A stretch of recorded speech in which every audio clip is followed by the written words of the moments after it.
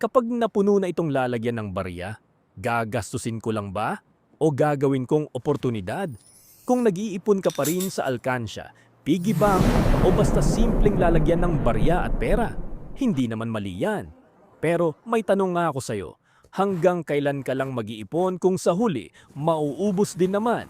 Marami kasi ang akala kapag nakapag-save ka, successful ka na agad financially. Pero para sa akin, may mas importante kaysa savings lang at iyon ang pag-uusapan natin ngayon.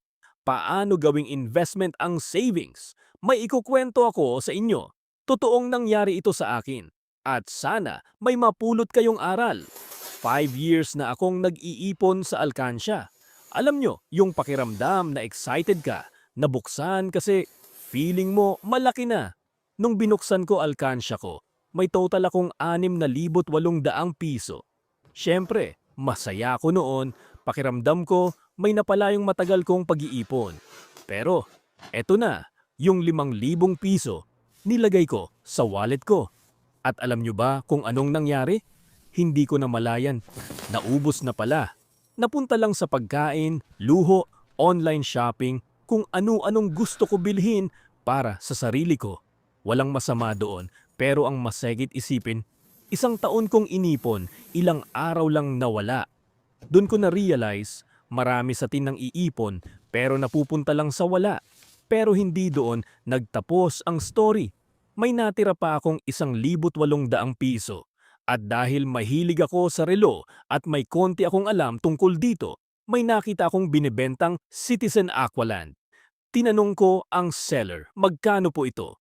Sabi ng seller, binibili sa akin ito ng 700 pesos ng mga alahero ng lalakad sa daan. Kung gusto mo, bigay ko ito ng 1,000 sa'yo. Hindi na ako tumawad sa presyo dahil alam ko ang presyo ng relo sa market. Gumastos ako ng 1,300 para sa relo, shipping at battery. Pagkatapos kong ayusin at lagyan ng battery, gumana ng maayos. At alam nyo kung magkano ko siya nabenta? 9,000 piso. Doon ko naintindihan ang malaking difference ng savings at investment. Yung 5,000 piso na inipon ko ng matagal, nawala lang.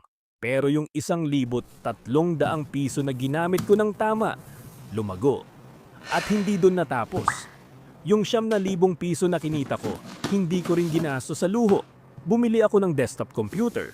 At alam nyo ba kung ano ginawa ko doon? Mali ang iniisip mo na binenta ko ulit ito. Doon nagsimula ang pag-vlog ko sa YouTube. Doon nagsimula yung pag-create ko ng content. At yung dating 9,000 piso, ilang beses nang bumalik sa akin. Hindi lang doble, hindi lang triple, mas higit pa. Kaya gusto kong sabihin ito sa inyo, hindi masamang mag-ipon. Pero mas magandang matutunan kung paano palaguin ang pera. Kasi ang savings, pinoprotektahan lang ang pera mo. Pero ang investment, pinapalago ang pera mo. At hindi naman kailangan milyon agad ang puhunan. Pwedeng magsimula sa maliit. Pwedeng bumili ng alagang hayop na pwede paramihin. Pwedeng bumili ng gamit para makapagsimula ng sideline. Pwedeng mag-invest sa skills, pag-aaral o negosyo. Ang importante, hindi natutulog ang pera mo. Huwag mo lang isipin kung paano mag-ipon. Isipin mo rin kung paano magpapalago. Kaya sa susunod na maghulog ka sa alkansiya, tanungin mo muna sarili mo, kapag napuno na ito alkansiya, gagastusin ko lang ba o gagawin kong oportunidad? Dahil minsan, hindi mo kailangan ng malaking pera para umasenso. Kailangan mo lang matutunan kung paano gamitin ng tama ang maliit na meron ka.